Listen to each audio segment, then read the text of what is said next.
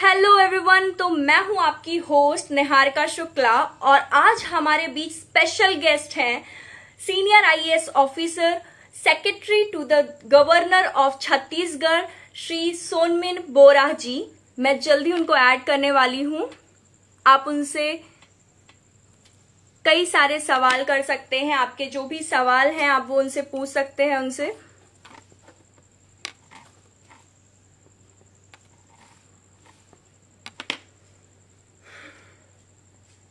बस 2 मिनट का वक्त दीजिएगा।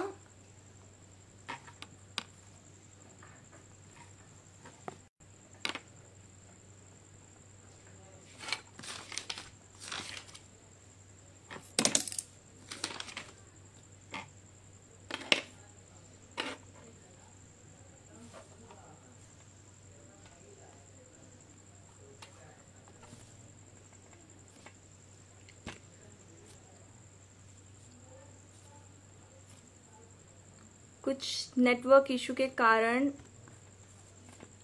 बस 2 मिनट का आप हमें वक्त दीजिएगा।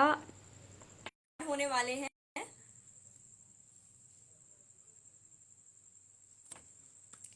आप तब तक जल्द से अपने ओके। तो सर हमारे बीच आ चुके हैं। नमस्ते सर। नमस्ते, सभी को नमस्कार। जी सभी को नमस्कार। तो सर के काफी सारे सर को वर्क एक्सपीरियंस है। सर ने काफी ज्यादा काम किया है और सर सीनियर आईएएस ऑफिसर है। तो आपके जितने भी सवाल हैं आप उनसे पूछ सकते हैं। तो उससे पहले हम कुछ अपने सवाल पूछेंगे सर से कि सर सबसे पहले तो आप एक काफी सीनियर आईएएस ऑफिसर रह चुके हैं। आपने अपने करियर में बहुत सारे काम किए हैं, बहुत सारे अच्छे काम किए जिसके कारण आपको पीएम सर से भी सम्मानित किया गया है, आपको प्रेसिडेंट से भी अवार्ड मिले। सर आपके हिसाब से सक्सेस मंत्र क्या है? सक्सेस, सफलता के बारे में यदि हम डिस्कशन करें तो बहुत लंबा हो सकता है और ये बड़ा सब्जेक्टिव है, क्योंकि हर व्यक्ति जो है अपना अपना परिभाषा जो है अपने मन में रखते हैं, लेकिन समय के साथ वो परिभाषा बदलते भी रहते हैं। तो मैं बहुत ही संक्षिप्त में सफलता की मूल मंत्र ये कहना चाहूंगा कि मनुष्य जीवन आपको प्राप्त हुआ है और हम जो है सौभाग्यशाली है कि भारतवर्ष में हमारा जन्म हुआ और इतनी विविधता है, सांस्कृतिक रूप से, आर्थिक रूप से एंड सोशली। आप देखो, मतलब इतना समृद्ध प्रांत और पूरे विश्व में कहीं नहीं है। तो पहली बात तो आपको इतना सौभाग्य जो है जन्म से ही प्राप्त हुआ है। लेकिन जरूरी बात यह है कि इस धरती से हमने जितना लिया है, भगवान ने हमें जितना दिया है, समाज ने हमें जितना दिया है, इस देश ने हमें जितना दिया है, या मध्य प्रदेश छत्तीसगढ़ जो हमारा राज्य है, कर्म भूमि है, किसी का जन्म भूमि है। मेरा जन्म भूमि जैसे असम प्रदेश है, और कर्म भूमि मेरा छत्तीसगढ़ है। अभी मैं मध्य प्रदेश कैडर में भी रहा। तो इनसे हमने जितना लिया है, यदि हमारा ये प्रतिबद्धता रहे, ये संकल्प रहे कि जितना हमने लिया है किसी भी रूप में क्यों ना हो, यदि हम उससे ज्यादा देने का कोशिश करते हैं, तो मुझे लगता है सफलता जो है आपके नक्शे कदमों पे जो चलेगी। आपने माता पिता से जितना लिया है इसको कभी आप वापस नहीं कर सकते हैं, ये ऋण जो है नहीं चुका सकते हैं। लेकिन आपका प्रयास ये होना चाहिए कि हम कहीं ना कहीं किसी हद तक जो है उनको जो है उसको वापस करें। ऐसे ही समाज के लिए भी हमारा ध्येय होना चाहिए कि हमारा जो काम है उस काम से जो है समाज को हम वापस कुछ करें, इस देश को कुछ वापस करें। और मेरे ख्याल से आपका जो ये जो यूथ जो ऑर्गेनाइजेशन है, ये बेसिकली उसी को ही जो है, मुझे लगता है कहीं ना कहीं वही ऑब्जेक्टिव है कि यहाँ जुड़े हुए निहारिका आप लोग जैसे सारे जो यूथ है, सचिन है, विशाल है, मैं देख रहा था बहुत सारे, आप सबका नाम तो मैं यहाँ ले नहीं पाऊंगा, लेकिन इतने अच्छे अच्छे काम किया है आप लोगों ने, अलग अलग गांव में जाके किया है। जो सबसे वॉइसलेस हमारे जो लोग हैं, झुग्गी झोपड़ियों में जो रहते हैं, सबसे गरीब तबके के जो लोग हैं, जो यूथ है, बच्चे हैं, और अलग अलग प्रदेश में जाके आप लोगों ने कार्य किया है। तो इसका कितना भी प्रशंसा किया जाए कम है। इतना कम उम्र में ये जो जिम्मेदारी का एहसास, इतना कम उम्र में इतना जिम्मेदारी का एहसास, ये वाकई बहुत ही काबिल तारीफ है, अनुसरण योग्य है। और मैं मानता हूँ कि आप उस लिहाज से सफल है, क्योंकि आपने शायद इतना नहीं लिया होगा लेकिन उससे ज्यादा देने का। तो हर किसी अवसर पर जब आप इस सोसाइटी को, इस देश को, इस राज्य को, अपने माता पिता को, अपने समाज को जब आप वापस देने का संकल्प लेके आगे बढ़ते हैं, तो मैं मानता हूँ वही सफलता के मंत्र है। आपको कोई रोक नहीं सकता। और आप एक परिभाषा में सफल व्यक्ति हो सकते हैं। इसके लिए बहुत बड़े धनाढ्य व्यक्ति होने की आवश्यकता नहीं है, बहुत अतुल वैभव की आवश्यकता नहीं है। छोटे से कार्यों से भी आप सफल हो सकते हैं। और मैं मानता हूँ कि इस कार्यक्रम से जितने जुड़े लोग हैं और जितने यूथ है, ये सफल जो है उसी मायनों पे बहुत बहुत सफल है। Thank you so much sir.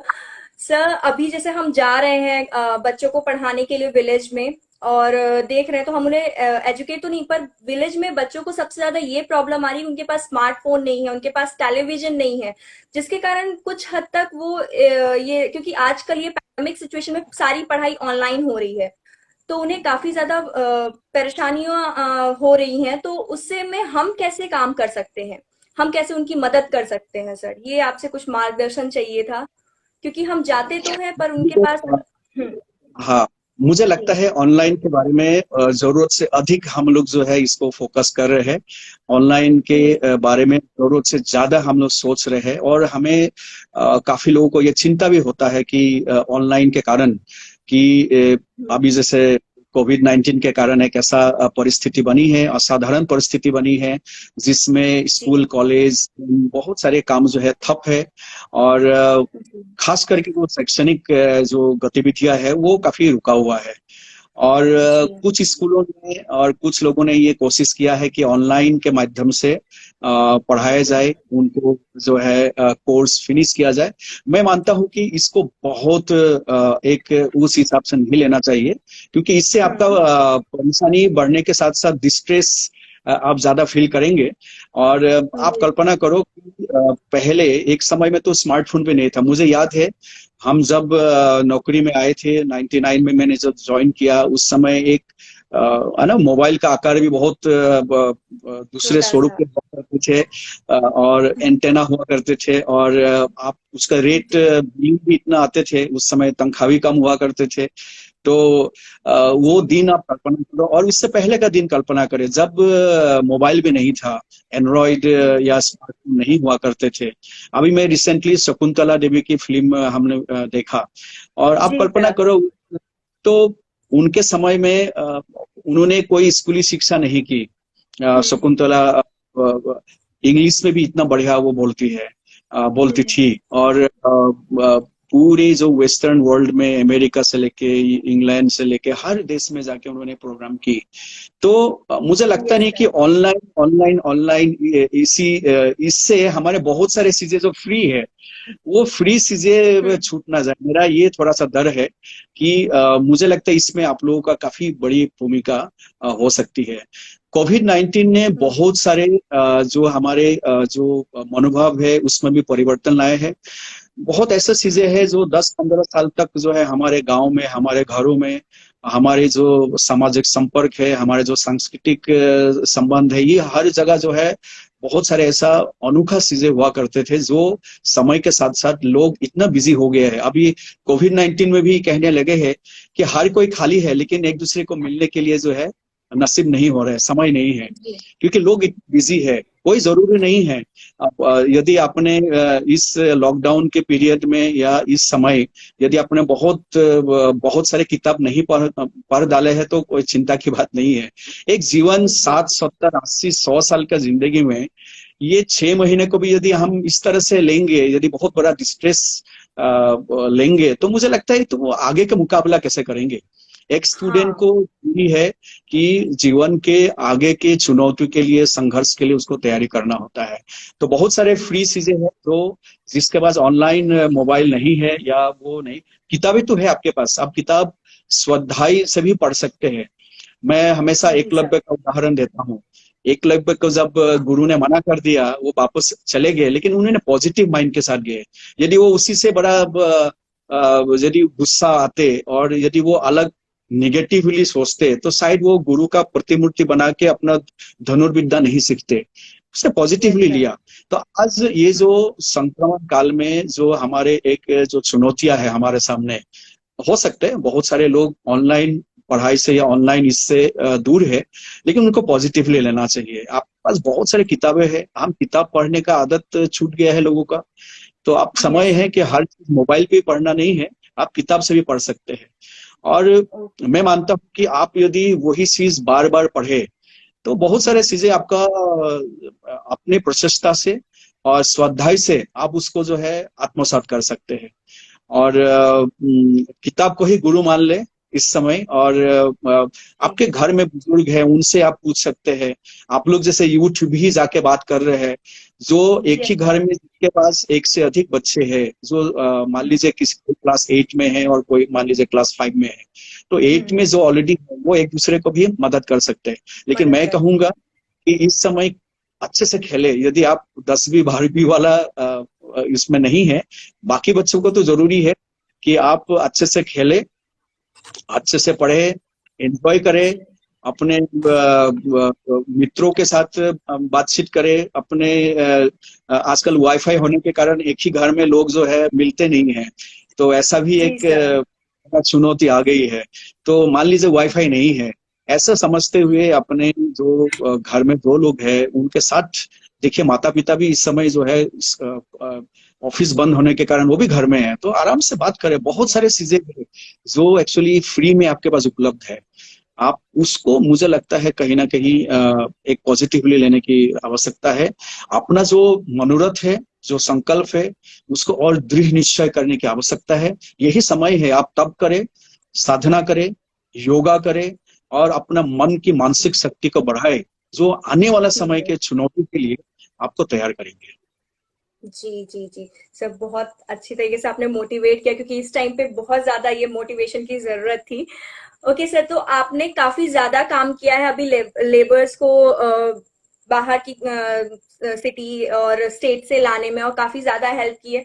Sir एक और सवाल आ रहा है कि इस पेंडेमिक सिचुएशन में बहुत सारे लेबर्स की जॉब चली गई है, तो उस फील्ड में आपने क्या काम किया सर? कैसे उनको हेल्प किया, कैसे उनकी जॉब उनको दोबारा स्टेबल होने में, क्योंकि फाइनेंशियली स्टेबल होना इस टाइम बहुत ज्यादा जरूरी है, और जितनी भी सेविंग्स थी अभी तक, तो वो इतना ज्यादा लंबा खिंच चुका है ये सब कि सेविंग्स भी खत्म हो चुकी है लेबर्स की। तो क्या सर इस चीज में आपने किस किस उसमें काम किया सर, ये या जानना चाहेंगे। पूरा पूरे हम विश्व का वो देखे, जो सिनारियो है वो देखे, तो ये एक बहुत बड़ी संकट है। और इसमें जो लेबर मार्केट है बहुत बुरी तरह से जो है इससे प्रभावित हुआ है, और जॉब मार्केट स्पेशली हुआ है। और आप देखेंगे हमारे जो इकोनॉमिक एक्टिविटी है वो कहीं ना कहीं बहुत ज्यादा जो है प्रभावित हुआ है। और इसका जो प्रभाव है ये केवल लेबर क्लास नहीं, सभी को, तुम्हारा यस घर में सर। भी, हमारा घर, सभी घर में भी जो है इसका कहीं ना कहीं किसी ना किसी रूप में, प्रत्यक्ष रूप से, परोक्ष रूप से, दूर से इसका प्रभाव जो है ये महसूस किया भी है। और ये आने वाला कुछ समय तक जो है ये प्रभाव रहेगी। इसके लिए हमें तो तैयार होना होगा। जहां तक छत्तीसगढ़ के हमारे जो प्रवासी मजदूर की बात है, हम लोग ने लॉकडाउन के समय बहुत बहुत अच्छे से उनके साथ हम लोग ने जो संपर्क किया, जो हेल्पलाइन नंबर से उनने हमें संपर्क किया, तो उनके साथ हम लोग ने एक अच्छा जो है संबंध तैयार करके उनको, सबसे पहले जो चुनौती ये था कि जो पैदल जो है, जो एक जो सबको जो तनाव में था कि घर वापसी करना है, पैदल जाना है, साइकिल से यस जाना सर। है, जैसे भी वो पहुंच जाना है, वो तनाव से उनको दूर करना बहुत जरूरी हम लोग के लिए अहम बात थी। और हम लोग ने कोशिश किया, उनको ये आत्म मनोबल दिया कि सरकार जो है, प्रशासन जो है आपके साथ खड़ी है, और आपको जो है भूखे सोने नहीं दिया जाएगा। और इसके लिए हम लोगों ने जो हमारे अलग अलग स्टेट में रहे हुए जो हमारे प्रवासी मजदूर है, उनके लिए पूरा माकूल व्यवस्था की गई। उनके लिए उन प्रदेश सरकारों से, प्रशासन से चर्चा करके उनके लिए खाने पीने का व्यवस्था, रहने का, या जो आवश्यकताएं थी, यहाँ से भी हम लोगों ने नगद राशि तक जो है उनके अकाउंट में भेजे। उसके बाद जब घर यस सर। वापसी की समय शुरू हुआ, विशेष श्रमिक ट्रेन के माध्यम से भी हम उनको लाए अपने छत्तीसगढ़ में। और ऐसे ही उनके आने का व्यवस्था जो बस से हो या अन्य साधन से हो उनको किया गया। और जो मजदूर हमारे प्रदेश होके अपने गंतव्य स्थान जा रहे थे उनके लिए भी व्यवस्था हमने छत्तीसगढ़ में किया। तो कुल मिला के ये एक मानवीय संकट है, और ये संकट में जो है ये असाधारण परिस्थिति है।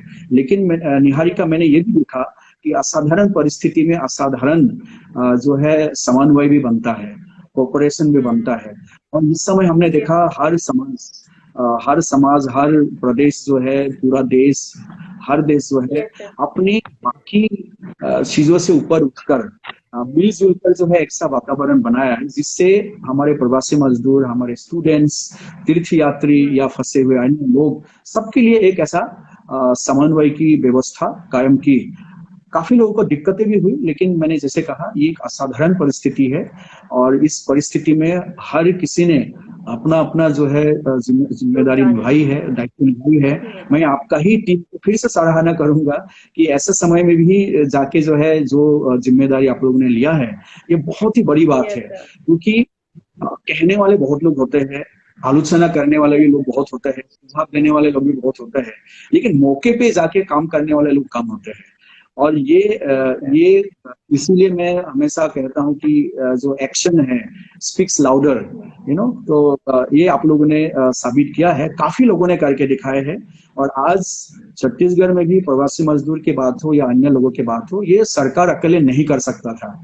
इसके लिए भी जो हमारे स्वयंसेवी जो संगठन है, जो हमारे वॉलंटियर्स है, चाहे वो रेड क्रॉस सोसाइटी के हो, एनएसएस हो, स्काउट्स एंड गाइड्स के हो, आप लोग जैसे संगठन के जो यूथ है, लोग है, इन्होंने बहुत जबरदस्त काम किया है। इसी कारण से, इसी कोऑपरेशन के कारण से आज एक बेहतरीन स्थिति में हम लोग है। जहां तक जॉब जाने की बात है, मैं जानता हूं कि इस समय काफी लोगों का छत्तीसगढ़ में हमने ये कोशिश किया है कि किसी का जॉब जो है ना जाए, और इसीलिए हमारा विभाग बहुत ही इसमें संजीदगी से कार्य कर रहे हैं।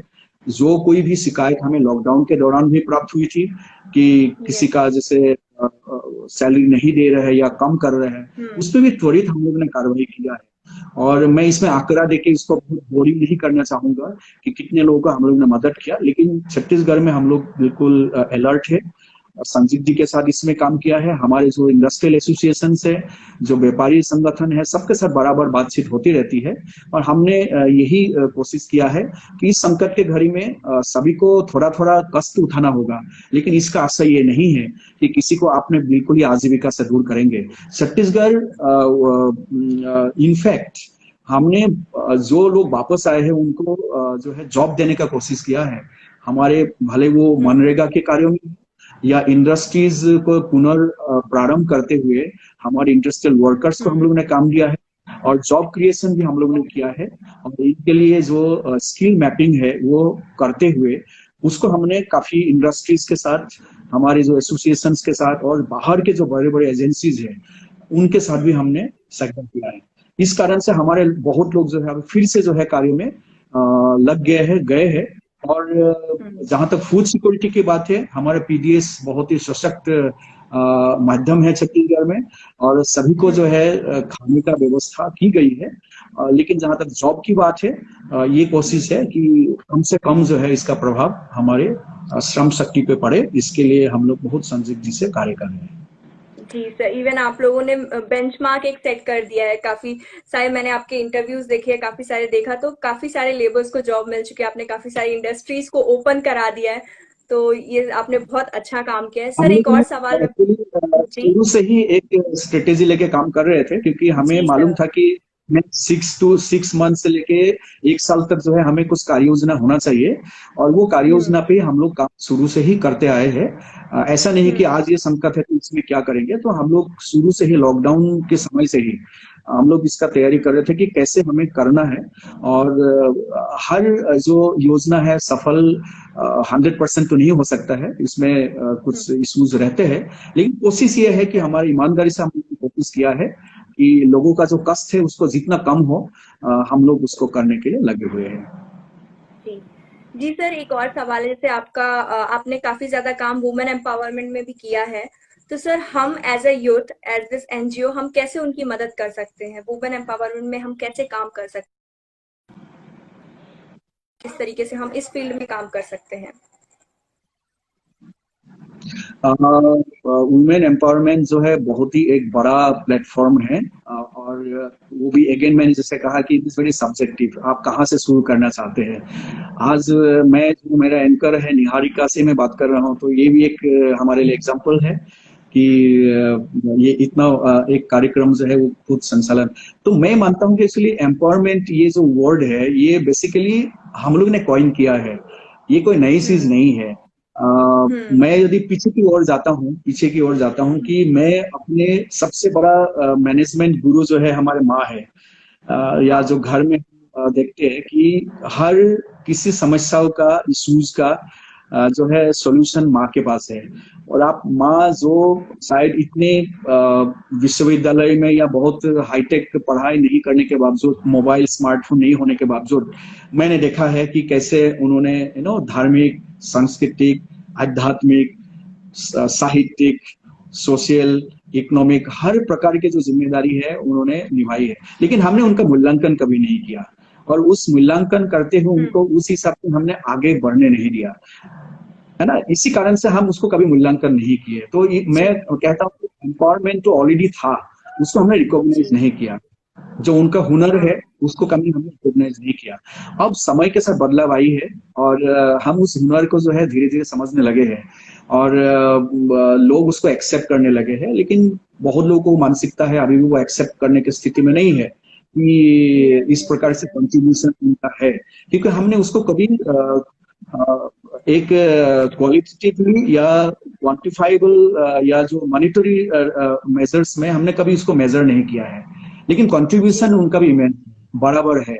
इसीलिए जो शिव जी का जो अर्धनारीश्वर वाला जो रूप की बात हम करते हैं, तो मैं तो व्यक्तिगत जी। रूप से मानता हूँ कि ये बराबर हिस्सेदारी है। और इसमें कोई फिजिकल उसके बोलते हैं कि फिजिकल में कम कमजोर है, मानसिक में ज्यादा वो है, ऐसी कोई बात नहीं है। मैं मानता हूँ कि हम्म। वुमेन एम्पावरमेंट ऑलरेडी है। लेकिन हाँ, जहां तक तुमने जो प्रश्न पूछी, यदि हम एक सोसाइटी में व्यापक रूप से उसको देखना चाहे तो मुझे लगता है जेंडर इक्वलिटी पे काम करने की जरूरत है। And hmm. जेंडर इक्वलिटी की बात हो या जो फेयरनेस की बात हो, क्योंकि एक महिला के लिए उनके सामने एक्चुअली चुनौती बहुत ज्यादा है। Yes it sir. It is like वो जहां से दौड़ना चाहती है उसके सामने बहुत ऑब्स्टेकल ऑलरेडी रखा हुआ है। और मेल के यस लिए सर। क्या है, फ्री फ्री रोड बना हुआ है, वो दौड़ सकते हैं कहीं से भी। जी महिलाओं सर। के लिए क्या है कि शिक्षा, उसको बड़ा चुनौती है उनको शिक्षा प्राप्त करने में ही, क्योंकि यस सर। तरह तरह के इश्यूज है। देन उनका जो उसके बाद उच्च शिक्षा में भी बहुत चुनौती है, क्योंकि उनको देन आप जब नौकरी में भी एक महिला जाती है या वर्क प्लेस में भी उनको बहुत बहुत सारे चुनौती का सामना करना पड़ता है। तो यस सर। वो चुनौती भी है ना। तरह तरह की बातें होती है, बहुत सारे ऐसा डिफाइंड या मानसिकता हमारा प्रेस्क्रिप्टिव बने हुए हैं, हम मानते हैं कि ये उनके लिए नहीं है। तो ये जो चुनौती हम्म। ऑलरेडी घर से शुरू होके शिक्षा में, उच्च शिक्षा में, नौकरी में, वर्क प्लेस में, हर प्रकार के उनका चुनौती है। उसके बाद उनको साबित भी करना है। तो मुझे लगता यस है सर। आज तुम्हारा 3000 प्लस जो यूथ जुड़े हुए हैं, ये संकल्प ले कि हम जो है महिला को सबसे पहले तो है सम्मान करना सीखे, और उनको फेयरनेस यस के सर। साथ करना सीखे। उनको कोई मतलब एहसान करने की बात नहीं है। तो मुझे लगता है सबसे पहले हम अपने घर से शुरू करें, है ना। अपने जो जी सर। बहन है, अपने जो दीदी है, अपने जो माँ है, अपने जो भाभी है, किसी न किसी रूप में है, और हम्म। इन जो रूप में है, जो संबंध है, उसको रेस्पेक्ट करना हम सीखे। इक्विटेबल जो उनको जो मिलना चाहिए वो थोड़ा सा मिले, फेयरनेस मिले। क्योंकि मैंने जैसे कहा उनका ऑलरेडी स्टेप्स जो है, कुछ जंजीरें है, चुनौती है। तो आपको वो थोड़ा सा उस हिसाब से उनको एक पार लाना होगा। वो घर से शुरू करें।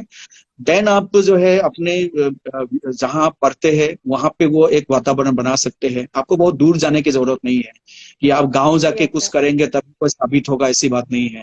आप जिस कॉलेज में पढ़ाई कर रहे हैं, आप जिस स्टूडेंट यूनियन के हिस्सा है, आप जिस संगठन में काम करते हैं, वहीं पे शुरू करिए। Equal yes representation sir. दीजिए। यदि आज आपका टीम में यदि 10 ऑफिस बेरर है, उसमें हाउ मेनी आर गर्ल्स, आप वहीं से कोशिश करिए। मैं तो कहूंगा उससे यस आगे भी सर। जाओ आप। तो देखो उसमें जी। जन को भी रिप्रेजेंटेशन मिलना चाहिए, महिला को मिलना चाहिए। जी। लेकिन आरक्षण आरक्षण की बात मैं नहीं कर रहा हूं। मैं कह रहा हूं कि उनको आप एहसान मत करो ना, उनको आने दो आगे। उनके लिए हाँ। उनको आने दो। अब कोई कहेगा कि नहीं यस। साबित कर को छीन के ले ले, वो मैंने कहा ऑलरेडी उनके पास बहुत चुनौती है, तो आपको उसको जी समझना सर। होगा। और इसे होना चाहिए कि आज यदि मेरा 10 ऑफिस बेरर है तो 3 से 4, 5 से 6 कुछ भी, है ना, यस हम सर। इसको सेलिब्रेट करते हैं कि पहली बार आज ये बने, तो इसको सेलिब्रेट करते हैं क्योंकि हम मानते हैं कि ये शायद उनके लायक ही नहीं था या हो नहीं सकते, तो आज हो गया तो बहुत बड़ा वो हो गया। It should be like a routine normal process में होना चाहिए। और यस सर। जब घर चला सकती है, जब इतने बड़े बड़े जो कंपनी चला सकती है, तो हर किसी में जो है उन पे मतलब ये महिलाओं का जो रोल जो है। और मैं ये मानता हूँ कि जिस घर में महिलाओं की सम्मान नहीं होता है उस घर कभी तरक्की नहीं कर सकते। So is the case with society. जिस सोसाइटी में यस सर। महिलाओं की सही रेस्पेक्ट नहीं होगा वो समाज कभी आगे नहीं बढ़ सकते। तो इतना भी हम करते, मुझे लगता है इस समय सबसे जरूरी बात है कि हम महिलाओं को, और जो जेंडर इश्यूज हम बोलते हैं, gender issues basically relational issues, और जो संबंध है उस संबंध को रेस्पेक्ट करना हम सीखे। और हर किसी को वो मौका हमें देना चाहिए। और पहले से ये नहीं मान लेना चाहिए कि ये कमजोर है या ये नहीं कर पाएंगे। उस तरह के जो एक मानसिकता है, उसको दूर करने की जरूरत है। तो आई होप यस। कि तुम्हारे जो 3000 प्लस जो यूथ इस ऑर्गेनाइजेशन से जुड़े हुए हैं, वो एक सबसे पहले जी संकल्प ले कि हम अपने घर से शुरू करें, तो अपने आप जी वुमेन एम्पावरमेंट जो है आपको देख के शुरू होगा।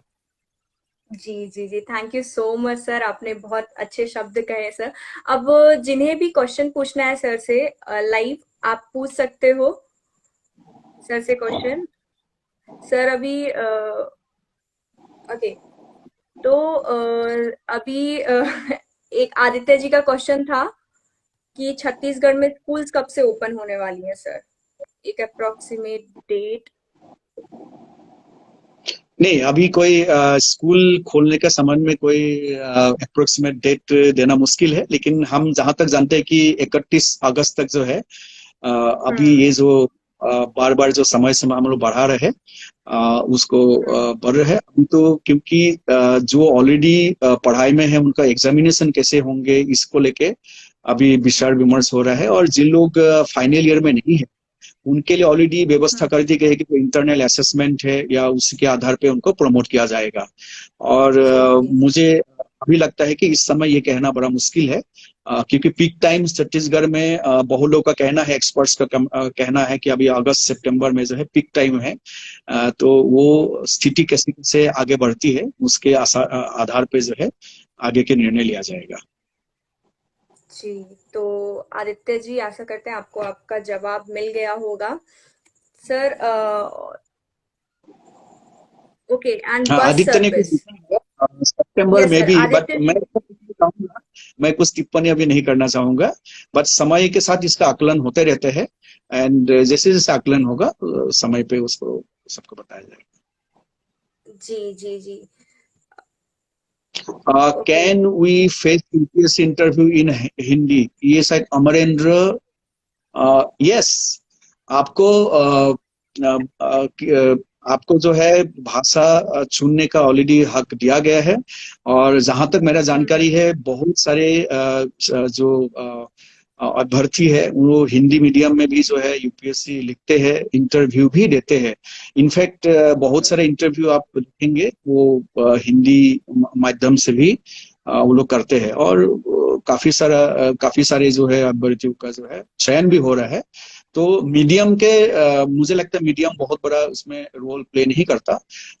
मीडियम के साथ जरूरी है आपका डेप्थ ऑफ नॉलेज, आप खुद को प्रस्तुतिकरण कैसे करते हैं, और उसका असेसमेंट जो होता है, आपका मेंस का जो स्कोर है और इंटरव्यू का जो स्कोर है, वो दोनों मिला के एक्चुअली फाइनली आपका, और उस साल कितने सीट से कितने लोगों को लिया जाएगा, नियुक्त होगा, उसके ऊपर डिपेंड करता है।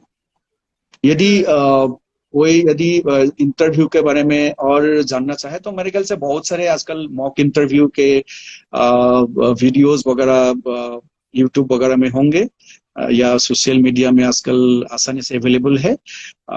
उसमें बेसिकली ये है कि आप कितना कंफर्टेबल होके यूपीएससी के जो पैनल है उसको आप सामना कर सकते हैं, आप कितना सहज रूप से उनके बातों को प्रस्तुत कर सकते हैं, ये बहुत मायने रखते हैं। और उसके लिए भाषा में आपको पकड़ होना जरूरी है, भले वो इंग्लिश हो या हिंदी हो। और क्योंकि कम्युनिकेशन आपको करना है तो आप कितने जानते हैं, इसका ये कोई परीक्षा नहीं है।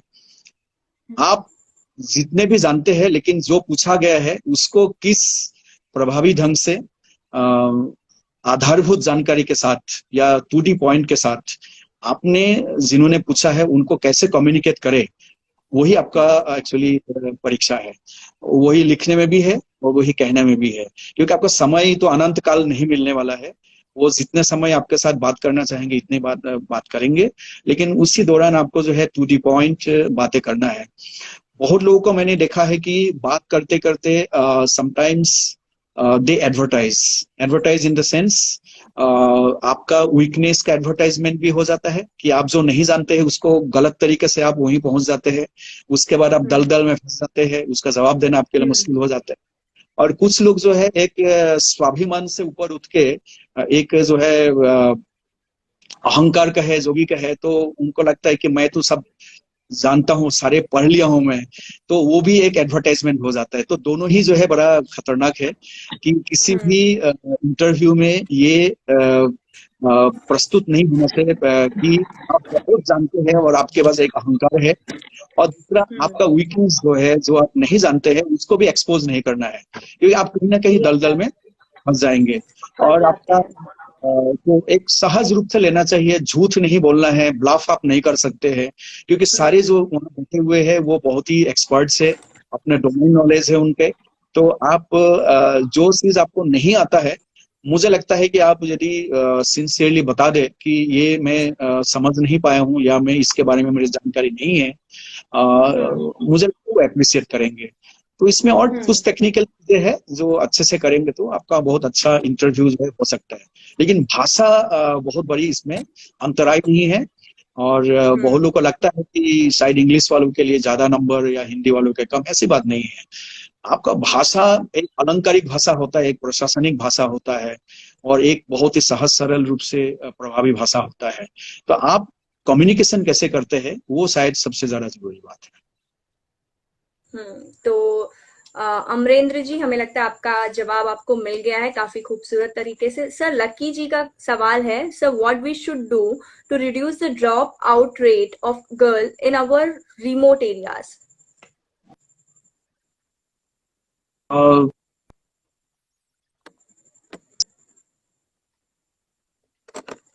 थोड़ा शायद नेटवर्क इशू आ रहा है।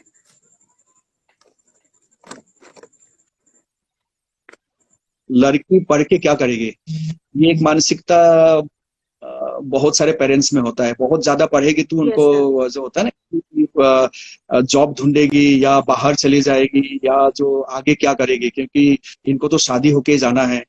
तो ये एक जो बहुत ही गलत मानसिकता जो है बना हुआ है। तो सबसे जरूरी बात है कि रिमोट एरिया में आपको जो वहाँ के जो पेरेंट्स है, वहाँ के जो सामुदायिक जो एक जो संगठनिक जो ढांचा है, उसमें इसको समझाना होगा कि ये लड़का लड़की हो दोनों का बराबर जो है पढ़ना आवश्यक है।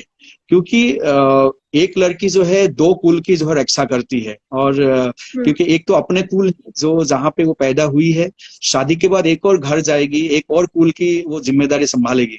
तो वो पढ़ेगी तो वो दोनों कुल को फायदा है, और फायदा वो लड़की के ही नहीं है, सभी को है। और क्योंकि माँ यदि शिक्षित है तो वो बहुत ही इजीली जो बहुत सारे और जो है समाज में जो है एक बहुत बड़ा जो है कंट्रीब्यूशन हो सकता है।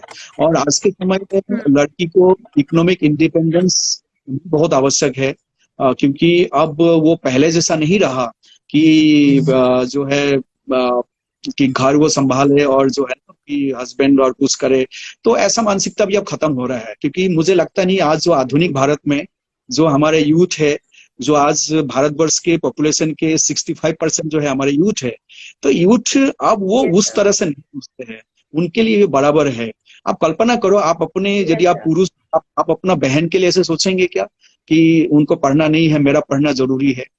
तो आज स्कूल शिक्षा जो है फ्री है, आपको खाने पीने के लिए भी व्यवस्था सरकार ने की है। पहले टॉयलेट का भी बड़ी प्रॉब्लम थी, क्योंकि लड़कियों को जो है यस टॉयलेट भी बहुत ज्यादा जरूरी है। और मैं नहीं कहता कि लड़का को जरूरत नहीं था, लेकिन अब वो धीरे धीरे स्वच्छ भारत अभियान के कारण उसमें भी बहुत अच्छा व्यवस्था हो गई है, यस इंफ्रास्ट्रक्चर सर अच्छा हो। तो मुझे लगता है वो यस दिन सर दूर नहीं कि रिटेंशन हम और बढ़ा सकते हैं। और प्रेजेंट जो हमारे पॉलिसी है उसमें वही बात कही। आप तो ये प्राइमरी एजुकेशन के साथ आप हायर एजुकेशन को भी देखिए। हायर एजुकेशन में भी रिटेंशन रेट जो है, हम जो बच्चा क्लास पहली में दाखिला लेते हैं वो फाइनली कितने लोग एक्चुअली हायर एजुकेशन में जाते हैं, हायर एजुकेशन में काफी कम है। हम्म विदेश में तो और कम यस है। सर तो ये यस हर सर जगह स्कोप है। ये लड़का लड़की की बात नहीं है, लेकिन हाँ, जहां तक लड़कियों की बात है, यदि बराबर समाज की हम उन्नति चाहते हैं तो लड़कियों की बहुत ही जरूरी है। और इसके लिए रिमोट एरिया की बात नहीं है, ये मानसिकता तो हर जगह है, हर हम्म जगह है। तो ये शहर में यस भी है। सर तो आप लोग जैसे वॉलंटियर जो जागरूक है, आप लोग यदि एक एक भी जिम्मेदारी ले ले कि ठीक है मैं अपने मोहल्ले में जो है एक फैमिली को जो है जागरूक, है ना, कर सकता हूँ या यस कर सर सकता यस सर हूँ, तो इससे ही बहुत बड़ी बात। ठीक है, आप लोग एडॉप्ट करिए। आप इस यस समय सर आप जहाँ रहते हैं उसी के बगल में उनको इस तरह से एडॉप्ट करने का एक कल्चर बना लीजिए। तो 3,000 है तो 3,000 फैमिली इमीडिएट एडॉप्ट हो सकता है। वो चाहे गांव में यस हो, सर शहर में, जहाँ पे भी आप है वहां पे आप एडॉप्ट कर सकते हैं। उसमें जो छोटे छोटे भाई बहन जैसे जो बच्चे हैं आपसे जो अ, अनुज है, तो उनका जिम्मेदारी आप यस उठा सर सकते हैं, उनको गाइड करने का जिम्मेदारी उठा सकते हैं, उनको जागरूक करने का जिम्मेदारी उठा सकते हैं, उनका जो यस तकलीफ सर है उसको दूर करने का भी जिम्मेदारी उठा सकते हैं। तो मुझे लगता है कुल मिला के सभी को समन्वित प्रयास करनी होगी, तब जो है बालिका शिक्षा बढ़ सकते हैं। और यस इंडिया में ही नहीं, पूरे वर्ल्ड में एक समय ऐसा माहौल था कि महिला शिक्षा को बहुत बड़ा जो है तवज्जो नहीं दी जाती थी, और बहुत यस सर कठिन संघर्ष के बाद महिलाओं को जो है हर परीक्षा में जो है चुनौती में उनको अपने काबिलियत जो है अपने को साबित करना हुआ है, और तब जाके ये सारे प्राप्त हुआ है। तो ये जो एक शिक्षा के अधिकार जो भारत के संविधान हमको देते हैं, ये लड़का लड़की सबके लिए देते हैं। तो हमारा समन्वित प्रयास यस सर है कि लड़का हो दिव्यांगजन हो, जो कोई है शिक्षा का मौलिक अधिकार है, उसको प्राप्त हो। और उसके लिए हम जो है कहीं ना कहीं से जिम्मेदारी से प्रत्यक्ष रूप से परोक्ष रूप से उनको सहायता कर सकते हैं। यस सर सर तो आपको आपका जवाब मिल गया होगा सर। आदित्य जी का सवाल है कि आपने यूपीएससी में सर कौन सा सब्जेक्ट ऑप्शनल लिया था। यस, हमारे समय में दो ऑप्शनल हुआ करते थे, और अभी तो शायद जहां तक मुझे समझ में आ रहा है कि अब शायद एक ऑप्शनल रह गया है। और उस समय मैंने पॉलिटिकल साइंस एक सब्जेक्ट लिया था, क्योंकि मेरा पॉलिटिकल साइंस में मैंने एमए भी किया है। और दूसरा मैंने एक लैंग्वेज का लिया था जो असमीज लिटरेचर का था। तो ये दो ऑप्शंस लिया था। ऑप्शन वही होना चाहिए जिसमें आपने कम से कम जो आपका ग्रेजुएशन आपने किया हो। लेकिन काफी लोग जो है दूसरे भी सब्जेक्ट लेते हैं, लेकिन वही सब्जेक्ट लीजिए जिसमें आपका महारत अ, होना चाहिए, क्योंकि वो आपका कोर है, कोर सब्जेक्ट है, उसमें आपका स्कोर तो बहुत अच्छा होना चाहिए। और इट्स नॉट जीके। जीके में तो आप थोड़ा बहुत कर सकते हैं, लेकिन अपना सब्जेक्ट में थोड़ा होना चाहिए। तो जिस सब्जेक्ट में आप थोड़ा है, whether it is your core subject in graduation, और अदरवाइज बहुत लोग मैंने देखा है दूसरे सब्जेक्ट लेके भी महारत हासिल करते हैं। और ये आप प्राप्त कर सकते हैं। तो वो जो ऑप्शनल जो आप सिलेक्ट करते हैं उसको बहुत सोच समझ के क्या करें। जी सर, सचिन जी का सवाल है कि स्लम चिल्ड्रंस के लिए अभी हम लॉकडाउन टाइम पे क्या कर सकते हैं। सचिन जी हमारे फाउंडर हैं द रिस्पॉन्सिबल यूथ एनजीओ के। तो सर उनका सवाल है।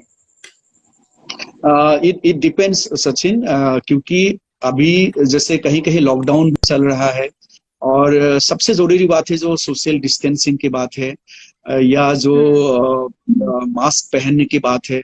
बच्चों को तो अभी कम से कम हम उससे बचा के रखने की जरूरत है। और आप लोग जैसे संगठन आप लोग ने किया भी है, मैंने देखा।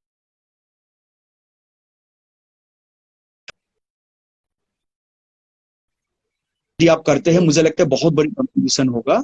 इस समय सबसे जरूरी है मास्क पहनना और सोशल डिस्टेंसिंग। तो ये दो यदि हम कर लिया, और थोड़ा साफ सफाई, हाथ धोने का आदत, बार बार हाथ धोने का आदत, 20 सेकंड तक हाथ धोने का आदत, ये यदि हम थोड़ा सा समझा सके तो ये बहुत जरूरी है।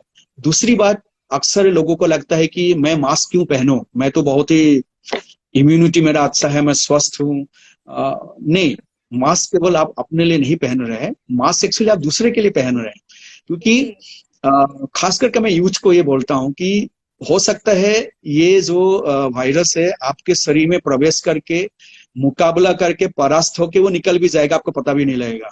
और इंडिया में ये इंडिया ही पूरा विश्व भर में जो इम्यूनिटी अच्छा है या जो यूथ है, उनको पता भी नहीं लगेगा। बहुत सारे लोग हैं जिनका होके निकल निकल जाएगा, लेकिन पता नहीं लगेगा। अनलेस आप यस सर टेस्ट कराएंगे तो पता लगेगा कि आपका ऑलरेडी हो चुका है। उसका कारण ये यस हुआ सर क्योंकि आपको सामर्थ्य था, आपने मुकाबला किया और आप जीत गए। लेकिन यस सर जो लेके आएंगे वायरस, मास्क नहीं पहनने के कारण या अदरवाइज यदि आपको संक्रमण होता है और आपका शरीर स्वस्थ है, इतना स्वस्थ है कि आपने उसको परास्त कर दिया, लेकिन इसका मतलब ये नहीं कि आप दूसरे को संक्रमण नहीं करेंगे। आपका घर में बुजुर्ग भी रहते हैं, आपके घर में छोटे बच्चे रहते हैं, आप कहीं और जा रहे हैं, तो आपसे यदि कोई संक्रमित होता है, जो बुजुर्ग हो या छोटे बच्चे हो या ऐसे कमजोर व्यक्ति हो जो बीमार है, तो उसके लिए जिम्मेदारी कौन लेंगे? आप ही को लेना यस सर होगा। तो ये मैं इसीलिए हमेशा कहता हूँ कि मास्क केवल आप खुद को बचाने के लिए आप नहीं पहन रहे हैं, आप दूसरे को बचाने के सामने लिए कर आएंगे रहे हैं। इसको समझना बहुत जरूरी है। और ये यूथ यदि नहीं समझेंगे तो ये बहुत दुर्भाग्य होगा। Yes sir sir Anoop ji का सवाल है कि sir how we can overcome from failure and being pursuing our goal. हाँ, ये बहुत ही अच्छा प्रश्न है। और जी मुझे लगता है बहुत सारे मोटिवेशनल कोट्स भी है इसको लेके, कि जो आपका फेलियर है वही एक्चुअली पहला पायदान है सक्सेस की ओर। आप कैसे लेते हैं उसी के ऊपर जी डिपेंड करता है। कुछ लोग फेलियर को लेके इतना हताश हो जाता है, उनको लगता है कि जीवन जो है यही व्यर्थ हो गया है, सारे निराशा आ जाती है, और उनको लगता है कि अब तो पूरा अंधकारमय है, हम आगे नहीं बढ़ सकते हैं।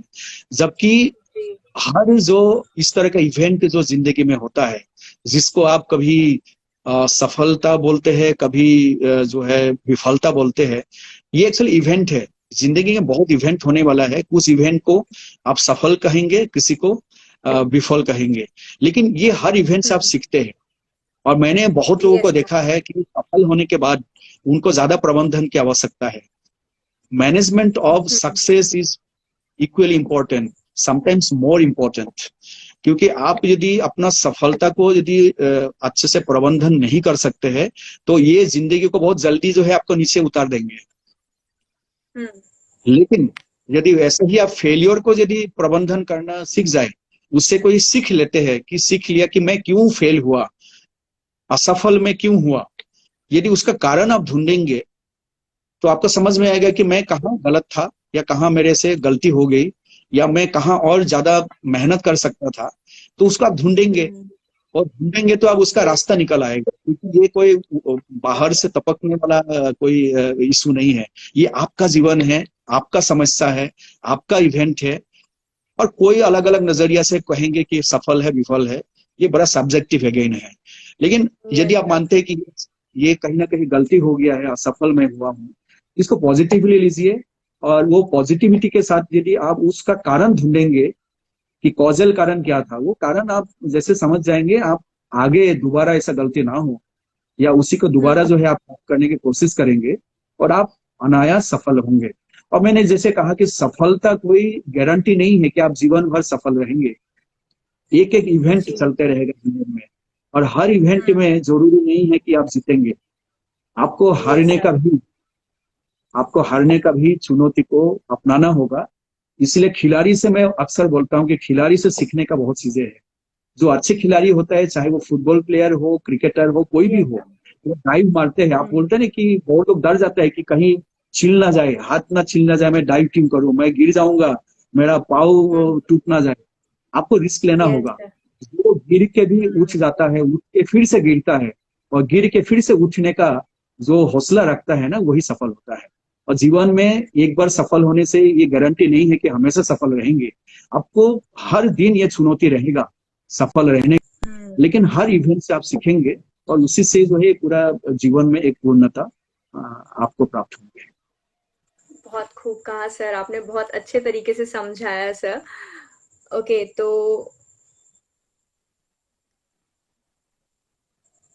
तो सर अब आखिरी के हम दो सवाल लेंगे, तो जिन्हें भी सवाल करने हैं जल्दी से अपने क्वेश्चन सेंड कर दें।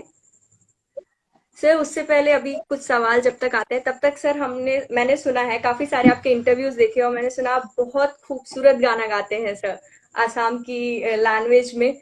सर अगर आप दो लाइन हमें सुना सके। अच्छा आज का प्रोग्राम में आई डोंट नो, मतलब वेदर आई शुड, मैं कोई पेशेवर सिंगर नहीं हूँ, हम भी ऐसे ही जैसे गुनगुनाते हैं, हम भी गुनगुनाते हैं और कहीं कहीं मैं एक ठीक है, डॉक्टर भूपेन हजारिका का ही एक गाना जो हिंदी में भी काफी फेमस है, पॉपुलर जी है, सर। उसी को मैं थोड़ा असमीज और हिंदी दोनों में एक एक तो दो लाइन है ना, मैं कोशिश करता हूँ। पहले असमीज से शुरू करें। हम्म। बुकु हम करे मुराय कुने निद्रा हरे मुराय পুত্র হই মই কি মতে তরু আই মই আই তোর হই মই মরু দিল হুম হুম করে घबराए घन धम धम करे गर जाए एक बूंद कभी पानी की मोरी अखियों से बरसा भूख हम करे मुराय कुने निद्रा हरे मुराय পুত্র হই মই কি মতে তরুণ আই তুই মই মরু দিল হুম হুম করে घबराए। Thank you. बहुत खूबसूरत सर, आपकी आवाज में बहुत अच्छी मिठास है सर, बहुत प्यारी खूबसूरत आवाज है सर आपकी। सर आसाम में लगभग सभी लोग गाना गाते हैं, कविता भी लिखते हैं, तो कोई भी असामीज असम से यदि कभी भी किसी से आप मिलो तो आई थिंक जी इनवेरिएबली आप किसी को भी बोलेंगे कि गाना गाओ या तो सभी लोग कुछ ना कुछ तो गाएंगे या लिखेंगे या तो जी बजाएंगे।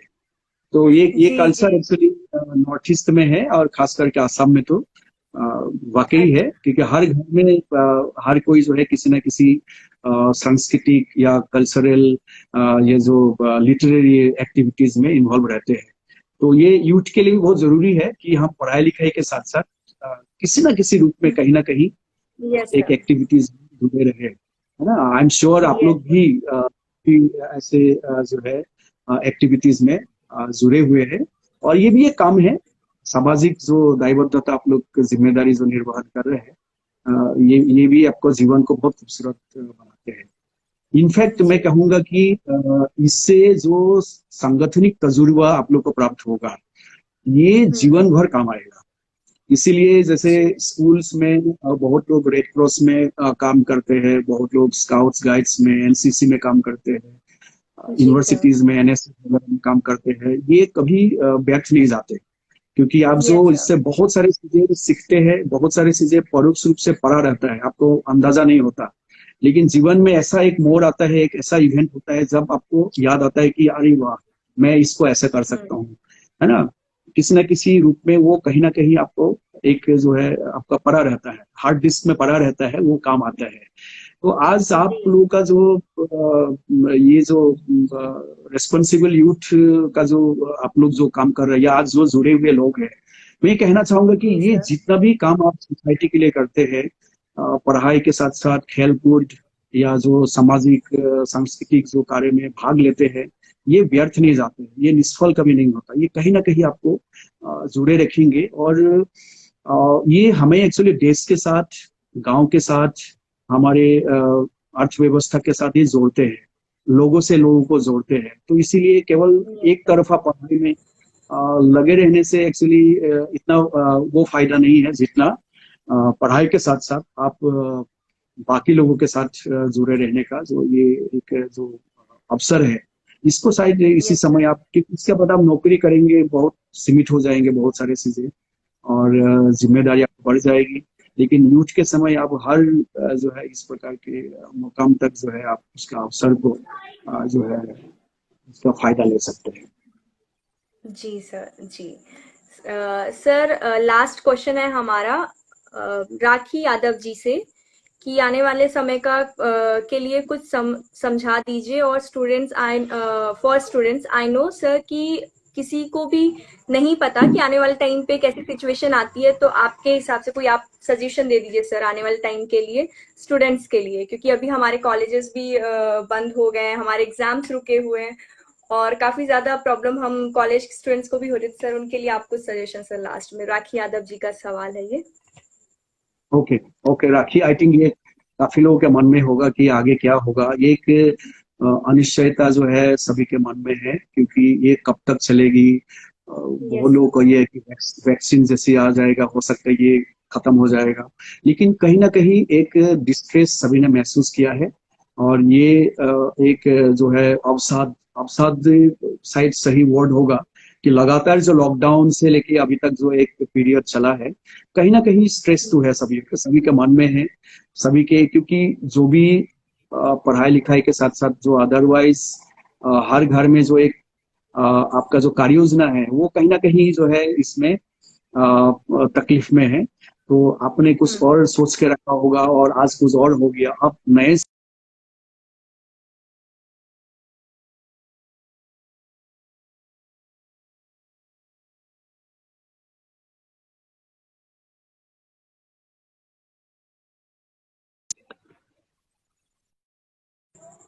जो है इस समय जो है इंजॉय करना चाहिए उस हिसाब से, और फ्यूचर को जो है पॉजिटिवली लेना चाहिए, क्योंकि इससे बहुत सारे अवसर भी क्रिएट होगा।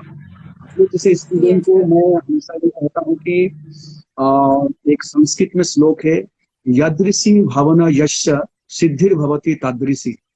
इसका आशय ये है कि जिसका जैसा भावना हो, मनोरथ हो, ऐसा ही उनको हम्म। सिद्धि प्राप्त होता है। तो यदि नहीं प्राप्त होता, इसका मतलब है कहीं ना कहीं आपका जो मनोरथ में, मन में कहीं ना कहीं वो एकाग्रता नहीं रहा होगा। वो हम्म। एकाग्रता बहुत जरूरी है। मन को बिल्कुल शांत रखिए, मन को स्ट्रांग करिए, तप करिए, ध्यान करिए। ध्यान का मतलब ये नहीं कि आप हम्म। बिल्कुल पद्मासन में बैठ के ध्यान, वो कर सकते हैं, लेकिन हम्म। इशू ये है कि आप अपने को कैसे इस समय जो है कैसे आप उसको जो है कंपोज करके रखें। आप बीच,